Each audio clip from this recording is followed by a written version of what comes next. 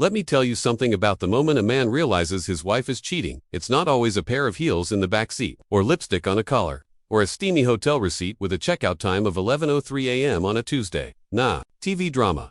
Sometimes, it's subtler. Like when the silence at breakfast gets too satisfied, when her phone gets a little too face down, or when your dog starts liking her less. That's the one that got me. Magatha, golden retriever we rescued together, back when we still thought marriage was a team sport. To follow my wife, Claire, like a shadow. But around the time Claire got busy with real estate clients, Maggie started sleeping outside our bedroom door instead of under the bed. That dog knew something before I did, and I build predictive algorithms for a living. Anyway, I didn't confront Claire. I didn't accuse. I didn't even flinch. I observed, like I always do, because strong men don't guess. We gathered. So I started my quiet little project, call it Operation Swansong, because, well, if she was going to sing a new tune with someone else, I figured I'd write the last verse. The first breadcrumb was her calendar. Claire had started blocking off 2-hour chunks labeled staging consults. Cute, only problem. I checked the MLS listings. The addresses didn't exist. Second, breadcrumb, our smart garage opener app, showed her SUV coming home at 2:13 a.m. one night when she claimed she'd stayed with Melanie after too many wine spritzers. Melanie, bless her disorganized soul, posted on Instagram from Lake Tahoe that same night. Whoops. Then there was the perfume, his perfume. Not hers. His. See, Claire never wore cologne, but someone else did. Someone with bad taste. Two like musk and menthol had a baby and named it Regret. That scent clung to our guest bathroom towels one Thursday night. 2 days after I'd supposedly flown to Chicago for work. I wasn't in Chicago, I was in the hotel across the street from our house. You'd be surprised how easy it is to watch your own life from a safe distance when you plan ahead. That night, I watched a black Mercedes pull into our driveway. A man stepped out, tall, confident, definitely not our mailman. 5 minutes later, Claire opened the door in a robe I hadn't seen since our honeymoon. At that moment, I felt something strange, not heartbreak, not rage, just clarity. Like realizing the knife in your back had your name engraved on it the whole time. But here's where it gets good. I didn't react. I didn't storm in. I didn't punch a wall. I did what every underestimated man should do. I took notes. Literally, they're single quotes, a Google Drive folder titled Claire Volume. Inside, date-stamped photos, receipts, plate numbers, even a video or two. One from the Ring camera Claire forgot we still had installed in the backyard. She thought it stopped syncing after the update. It hadn't. And then just when I thought I had enough, I found him, the guy, the lover, the idiot. His name, Ryan Kerrigan. Ring a bell? Probably not, unless you live in our town and remember that. Billboard for Ryan Kerrigan, Mortgage Solutions, real loans, real fast. Yeah, that guy. Claire used to call him the spreadsheet whisperer. Now she just called him baby. Anyway, I watched their little rendezvous go from secret to sloppy. Texts got lazier. Locations more predictable. Claire even started laughing again out loud, in the kitchen, at nothing. I almost missed that. Laughed. Almost. But then, she messed up. She left her iPad on the couch one morning, unlocked, opened to the Messages app. One name popped up, Ryan, and the message. Can't wait till he's gone for good. Then we'll finally have the house to ourselves. Gone for good. Funny. I smiled, took a screenshot, and emailed it to myself. Then I picked up my briefcase, kissed Claire on the cheek, and said, dinner at 7. She smiled. Sure, babe. I walked out the door like a man walking away from a fire he set on purpose.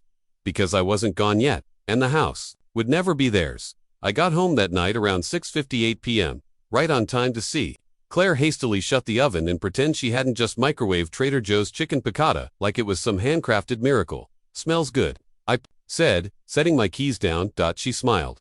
It's your favorite? Sure it is. If I loved rubbery lemon goo and passive aggression, we sat at the table like everything was fine. I asked about her day. She lied. I nodded. She asked about my day. I lied better. That was our rhythm now, like to spies exchanging coded nonsense, while pretending the other wasn't hiding a knife. But while she played actress, I played architect. See, what Claire didn't know is that I had spent the afternoon, not in meetings, but with Kendra, my estate lawyer. Not a divorce attorney. Not yet.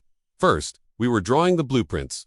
Claire thought she was dealing with a man who would fall apart. She didn't realize she was sleeping next to an engineer. Thought my first move was subtle. I opened a new trust account under a holding company I'd set up years ago during a side venture she barely noticed. Second, I pulled the title history on the house. Now, most people assume joint property means equal. That's adorable. Here's the truth. Claire signed a quitclaim deed 3 years ago when we refinanced. Didn't even read it. I trust you, she said. She should have trusted less. That means the house. Legally mine. Fully, solely, quietly. Next, I made 2 calls, one to a forensic accountant I knew from a corporate gig, one to my buddy Owen, who specialized in digital footprint analysis. Translation.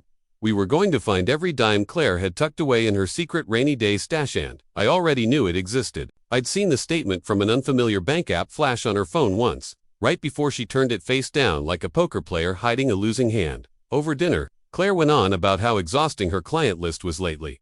Yeah, I said. Any closings coming up? She hesitated. Nothing major, just a couple showings. Why, she had a big commission due from a lakeside condo. I knew that because I'd already pulled the escrow records.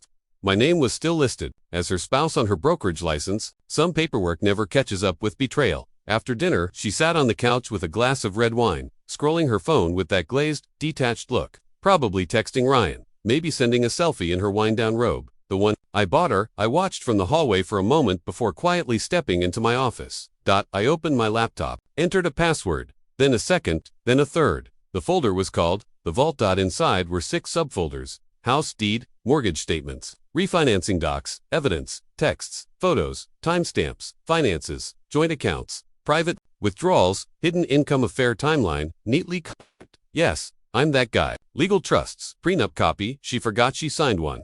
And a few extra surprises, Ryan Kerrigan, because he deserved his own special place. Under Ryan's folder, I had everything. His home address, his employer, his ex-wife's name, his kid's school, his gym. He was a man who liked to feel untouchable. So I made it my business to know exactly how reachable he actually was.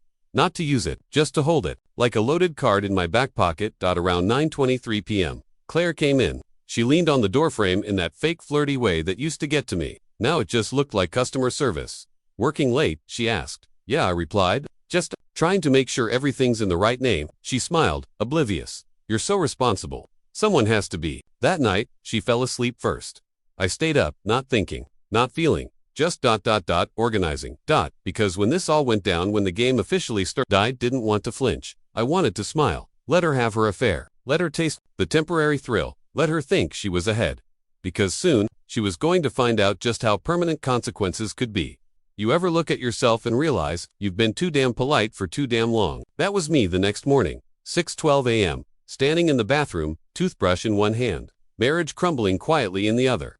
Claire was still in bed, snoring lightly under the comforter like someone with absolutely nothing to worry about. And why would she? See, she thought she was playing chess with a man who only knew how to vacuum and apologize. I stared into the mirror, not at the hairline creeping back or the crow's feet people call character, but at the eyes. They weren't tired anymore. They were focused. See, most people crack when they catch their spouse cheating. They cry, rage, move out, let their dignity bleed out in the driveway next to a suitcase and a broken heart. But I wasn't most people. I was playing a longer game, and the next move, make her comfortable, because people show their worst behavior when they think they've already won. That morning, I made coffee. Her favorite blend. I even frothed the milk, the way she liked it, little heart in the foam and all. She shuffled in like a sitcom character, yawning and smirking, like she hadn't shattered 13 years of trust with the grace of a raccoon knocking over a trash can. Oh, wow, she said. You're in a good mood. Trying to be, I said, sliding the mug toward her. Figured we could enjoy mornings again.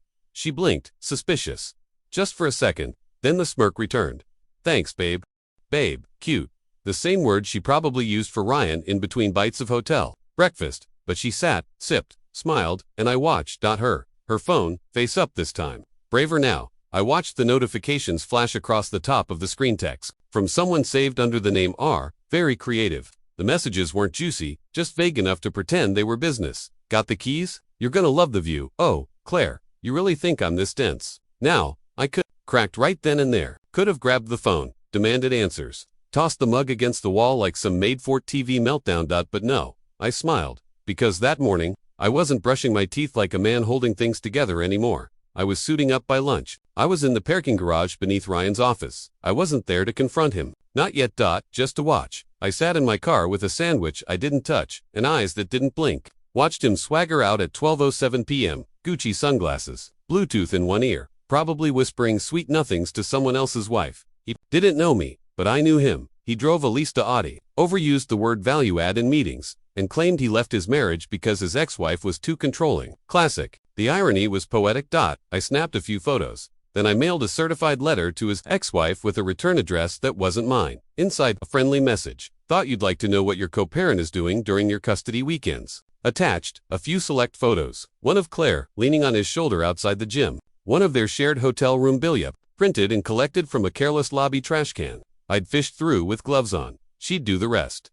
Never underestimate a woman who's been through court once already. That night, Claire texted Ryan again while I was watching the game. I heard her giggle from the bathroom, and I just smiled at the screen as I watched her messages sink to the dummy iPad I'd hidden in the garage behind the paint cans. She wrote, "He's being so sweet again lately. I almost feel guilty." Almost. You know what that word told me? She thought this was still a game. She didn't realize she was losing on every level: house, money, reputation, and best of all, she didn't know what I had planned for Ryan. Yet a week went by. Claire kept pretending. I kept watching. She thought she was in a play, and I was just an extra someone to smile politely while she snuck off backstage for a costume change with Ryan. But she didn't know I was the one rewriting the script. And in this version, nobody claps at the end. It started on a Tuesday. Claire left for a late showing at 6:40 p.m. sharp. I watched her drive off in that white Lexus I paid for. Hair done, heels clicking, freshly shaved legs, and a level of enthusiasm she hadn't brought home in 6 months. When she was gone, I made a call. Not to a friend, not to a lawyer, to a printer. There's a small business down the street called MaxPrint. Quiet little shop. Guy who runs it, Kenny, is a single dad who doesn't ask a lot of questions, especially when you pay in cash and say this is for an art installation. I handed him a USB stick with exactly 47 files. Photos of Claire and Ryan leaving hotels, screenshots of text messages, copies of bank withdrawals to cover staging expenses, a side-by-side of a condo she sold and Ryan's name on. But at least then, I asked him to do one thing: blow these up. Poster size, gloss finish. I want them to shine. Kenny didn't blink. He just said, "When do you need them?" Thursday morning. Wednesday, I played it cool. Made Claire breakfast, kissed her on the cheek, asked if she wanted to do dinner that weekend. "Just us," she smiled. "I'll check my schedule." "Sure you will." That afternoon, while she was at lunch with Melanie, I visited Ryan's office. Not in person. Not yet. Just a little package drop, disguised as a delivery from a fake company, Summit Consulting Group. Inside a sleek black folder with the same poster-size images, no note, no explanation, just evidence. And that's where the lesson begins. Soft targets break when hit from above. See, Ryan wasn't the villain in his own head. He was the prize. The guy who rescued a bored wife from her suburban shackles. The high-value man with a CrossFit membership and a LinkedIn page full of humble brags. He didn't know what it felt like to be outplayed. Not yet, but he would. Soon. Thursday morning. Showtime. IOL. At the Kellerite Real Estate office at 8:53 a.m. Same building, where Claire had been working for 6 years. I'd brought donuts. Real classy ones too, maple glazed with bacon crumbles. Claire loved those. She was already inside. I parked across the street, leaned against my car, and waited. At exactly 9:10 a.m. Kenny arrived with his delivery van. Posters in the back, rolled, tagged, and ready. He wheeled them out on a dolly and left them by the office front door just as the junior agents were walking in. One curious intern, probably 22, definitely underpaid, and sipped the first roll. "Oh wow," he said it like he just saw something illegal, which, depending on your sense of moral decency, he kinda did. Because right there, in full glossy color, was my wife, our wife, kissing Ryan in a parking garage while still wearing her company name badge. The second poster was worse. A screen grab of a text exchange. "Claire, you're so much more of a man than he is. Ryan, you're my favorite secret. Claire." Not for long, each one had a little footer. I'd added, "When character fails, reputation follows." I wasn't trying to destroy her career, I was simply trying to expose her character. And people in real estate, they value image more than oxygen. The office imploded before lunch. I know this because Melanie, bless her nosy heart, called me at 12:16 p.m. after accidentally seeing the posters. "Aaron, what the hell is going on?" I played dumb. "What posters? You know what damn posters? Everyone's talking about it. Claire's in a meeting with HR right now." I didn't smile, I didn't gloat. I just said, "Thanks for letting me know," and hung up. Because here's the thing about betrayal. It doesn't need to be punished violently. It just needs to be seen. Claire came home late that night. No excuses, no fake smile, just silence. I was on the couch watching a documentary about snow leopards. She stood in the doorway like she was trying to figure out whether to speak or scream. "You did this," she finally said. I didn't look away from the screen. "Did what?" "You know what? I've done a lot of things." "Claire, you'll have to be specific." She walked toward me, voice rising. "You're ruining my job. My life. Do you even know how humiliating this is? Do you know how humiliating it is to be married to someone who flirts with another man while wearing her husband's last name on a company polo?" She froze, and that's when I finally looked at her. Really looked at her. No hate, no sadness, just detachment. Here's the deal, I said. You're going to resign from your job because I guarantee they've already drafted the paperwork. You'll move out within 2 weeks. You'll leave with what's yours. She scoffed. And what do you get? I leaned back, laced my fingers behind my head, and smiled for the first time that day. Peace. Claire didn't say much after that. She tried storming upstairs like some Victorian drama, Quinn shoulders stiff, lips tight, expecting me to come after her. I didn't. I just turned the volume up on the Snow Leopard documentary and let David Attenborough do the talking for both of us. Here in the mountains, survival favors the patient. Felt appropriate by morning, she'd shifted tactics. The righteous fury was gone. Now she was just tired, playing the weary wife role half whisper, half mascara smudge. I didn't mean for it to get this far, she mumbled over cold coffee. No one ever does. I replied. She stared at me like she was trying to read a language she never learned. I didn't offer subtitles. That afternoon, she called her boss and resigned, said she needed a mental health break. That's one way to put it. What she didn't know was that her resignation wasn't really a choice. I'd already spoken to their compliance officer anonymously the night before, sent them just enough to trigger a quiet internal panic. The kind that makes companies prioritize image over apology. They told her it'd be better for everyone if she stepped down. See, in real estate, you can sleep around, but you can't get caught doing it with the competition's face in your lap during company hours. Not in full-color print. Anyway, that weekend I began the extraction. Not from the house, from her life. The key was to be quiet. Ruthless, yes, but surgical. First, I called our bank and removed her access to the joint account. Legally, I was well within my rights, especially after proving financial misconduct, which her staging reimbursements clearly were. She'd moved money without consent. Game over. Next, I shut down the Amex card she used for business dinners. She tried to pay for groceries on Monday and got declined in front of a high school acquaintance. The look she gave me that night, like I'd committed a war crime. I didn't flinch. Then I did the thing she never saw coming. I listed the house. Now, most guys in my position would have fought to keep it out of pride or spite. Not me, because I didn't want this house. I wanted her. Out of it, and I wanted it on my terms. And since she'd signed away her share of the title during that refinance a few years back, guess what? It was mine to list. I called my own agent, Rachel. We'd worked together before. She wasn't Claire's friend, which was key. Rachel was discreet, efficient, and had zero tolerance for BS. When I told her the situation, she didn't ask if I was sure. She just said, staging or no staging? No staging, I said. I want it cold and empty. Just like the marriage. Claire came home that Thursday and saw the for sale sign out front. At first, I thought she was going to pretend she didn't see it. She walked right past it, into the kitchen, poured herself water, stood there for a full minute. Then she turned. What's that? You can read, I said calmly. You're selling the house. Without even telling me. I folded the dish towel and set it down slowly. Correction, I am selling my house. You're just living in it temporarily. Her face went slack. That's not fair. Neither was watching you smile through text messages while I paid the heating bill. She opened her mouth to argue, but I kept going. You wanted freedom. Congratulations. This is what it looks like. The next morning, she tried to retaliate in the way she knew best. Emotionally, I don't have anywhere to go, she said, sitting across from me in leggings and a sweatshirt 2 sizes too big. One of mine, of course, you have Ryan. I replied without looking up. She didn't respond. I looked up from my coffee. Oh. Did he suddenly lose interest when the fun stopped being secret? She scowled. This is cruel. No, I said. This is clarity. You mistook kindness for weakness. Common mistake. The house sold in 11 days. Cash buyer. No contingencies. Full asking price. Claire was still dragging her feet about moving out, so I had the agent deliver the timeline in writing. Her name wasn't on the deed, the mortgage, or the closing documents.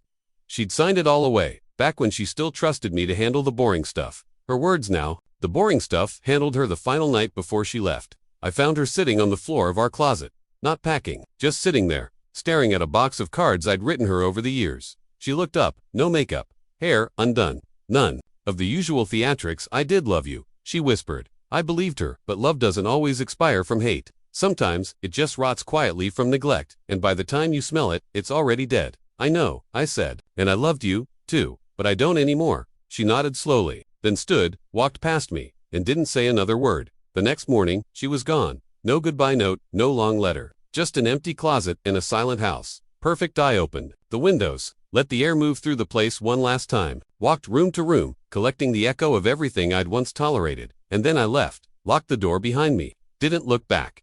Because the house, it never mattered, but owning the ending, that mattered a whole damn lot. Claire was gone. House sold, closet empty.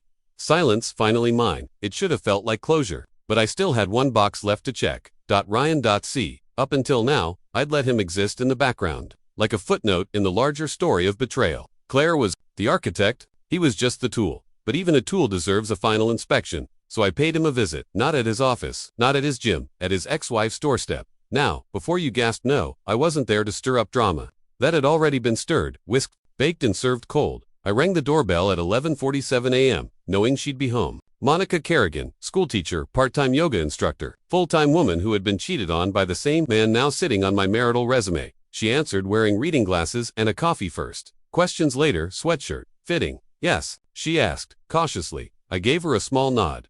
Aaron Delaney, I'm the husband of the woman your ex-husband's been sleeping with for the last 9 months. The silence that followed wasn't awkward, it was relief. You could see it, like a cracked puzzle piece finally clicked into place. Oh, she said, exhaling. I had a feeling, I figured you did. I held out a folder. This is for you. Inside financial records, text logs, photos, a timeline so airtight you could ship diamonds in it, not because I needed revenge, because she needed ammunition. And sometimes, the cleanest revenge is letting someone else load the gun. She took the folder and said, you want coffee? I smiled. Sure, black over a quiet cup of Colombian roast in her kitchen. She told me the truth. Ryan was already behind on alimony, behind on child support. Had a pending ethics review at his firm, thanks to a deal he'd tried to sneak past compliance. And now, this scandal. Monica didn't need to ruin him. He was already self-destructing. All she needed was a little air to fan the flames. I won't say I'm sorry, she said, sipping her coffee, but I will say this was well played. I nodded. I'm not trying to play, just finish. That night, Ryan reached out. Claire must have told him I was causing problems again. Or maybe the flames finally reached his tailored slacks. He called 3 times. I let it ring, then he texted, let's talk, man to man. Oh, now he wants to be civil. Back when he was sneaking into hotel rooms with my wife, he didn't want man to man. But I was feeling generous. So, I invited him to lunch. Friday. 1 p.m. patio seating at a downtown bistro. Neutral ground. Public, no fireworks. Ryan showed up in his usual uniform, overconfident smile. Designer watch, shirt, a half size too small. The kind of guy who walked like the sidewalk owed him rent. He sat down across from me. Leaned back in his chair like this was going to be friendly. Aaron, he said, appreciate you meeting. I nodded once, didn't say I appreciated it. He smirked. Fair. Look, I know things got messy. I didn't plan for any of this to end your career. I cut in. Tank your reputation. Shatter your leverage in your custody agreement. His smile tightened. That's not what I meant, but that's what happened. He tried to regroup. I didn't force Claire into anything. She came to me. Of course she did, I said. Flies don't force themselves into traps. They just follow the scent. His jaw tensed. I care about her. No, I said. You care about being wanted. There's a difference. We stared at each other for a second. His eyes flared, but mine didn't blink. You're angry, he said. No, I replied calmly. I'm just done pretending you matter. He leaned in, lowering his voice. You know, I could have made this uglier. You tried, I said, sipping my water. But you're not very good at it. He blinked. You thought you were winning because she moaned your name. I was watching your bank accounts shrink. Your firm got those anonymous emails, by the way, you know, the ones with the attachments. I smiled, forwarded from a private inbox. No trace, but enough to open a file. HR moves slow, but legal moves quietly. He paled. Just slightly. I continued. Oh, and Monica. She and I had coffee. Loved the scrapbook I gave her. You should expect a court date soon. He exhaled like he'd taken a punch. I didn't come here for war. You already lost it, I said. You just didn't get the memo until today. He stood up, hands on the table. You think this makes you better than me? No, I said. It just makes me finished with you. He stared for a second, waiting, hoping I'd flinch, that I'd shout, or take a swing, or prove I was as unstable as Claire always claimed I was. But I didn't. I stood, buttoned my jacket. Then I leaned in, just enough so only he could hear. You didn't steal my wife, Ryan. You adopted my mistake. Then, I walked away. By Monday, Ryan's firm had suspended him pending investigation. Claire's number stopped popping up on my screen. I didn't block her. I didn't need to. Silence is louder when they know they don't have access anymore. And as for me, I moved into a new place, smaller, quieter, 1 bedroom, hardwood floors, fewer memories. I bought a plant, named it Closure. It's doing great. Some nights I sit on the balcony and read, or think, or just enjoy the sound of not being lied to. And sometimes I laugh. Not because I'm bitter, but because I won. In the petty way. Not in the movie ending way, in the real way. The way that comes from walking out with your soul intact while theirs is still trying to remember where they left it. It's funny how quickly people vanish when the mask comes off. Claire Went radio silent for weeks after the sale closed. No more texts. No more half-hearted, "We need to talk" messages. I assumed Ryan, now jobless and increasingly radioactive, wasn't the dream she thought he'd be. Turns out, it's hard to build a future on the ruins of someone else's. I had settled into the rhythm of solitude. Not loneliness solitude, it's different. Loneliness stares at the door, waiting for someone to come home. Solitude locks the door and sleeps like a baby. But peace has a way of attracting ghosts. She showed up, unannounced. Gray sweater, jeans, no makeup. That same Robana rain day look she used to weaponize when she wanted forgiveness. "Aaron," she said, softly, "do you have 5 minutes?" I didn't, but I let her talk. She told me everything I already knew. That Ryan turned out to be selfish. That she missed the life we built. That she'd made mistakes. Plural, like they were typos in a group email. "I was unhappy," she said, "and I thought someone new would fix that, but he didn't. He made it worse." I didn't nod. I didn't reassure. I just watched her squirm. Then she said the thing they always say when regret finally replaces denial. "Can we try again?" And I replied without hesitation, "No." One word. No echo. No explanation. Because when someone burns your home down, you don't invite them back to help pick out new curtains. The second Claire realized I wasn't her backup plan, she activated the next phase, the social guilt tour. Suddenly, I was the cold one, the unfeeling ex, the man who couldn't forgive. She never mentioned the affair, just the fallout. Like the pain she caused was my fault for not handling it better. I started hearing from mutual friends. "You know she's hurting, right? You guys were good together once. Don't you think it's time to move on?" As if I hadn't. As if walking away from betrayal required approval. The worst was Rachel, her sister. We'd gotten along for years. Holidays, birthdays. She even once told me she wished her husband was more like me. Now she was sending messages like, "She's trying. Aaron, don't punish her forever." But here's the thing about people like Claire. They don't come back because they love you. They come back because you were safe. I wasn't her husband anymore. I was a lighthouse she wanted to crash into again just to feel grounded. And I wasn't going to be her compass through the storm she created. 3 months of silence passed. No word from Claire. Ryan had quietly settled into obscurity. No job, no status, no audience.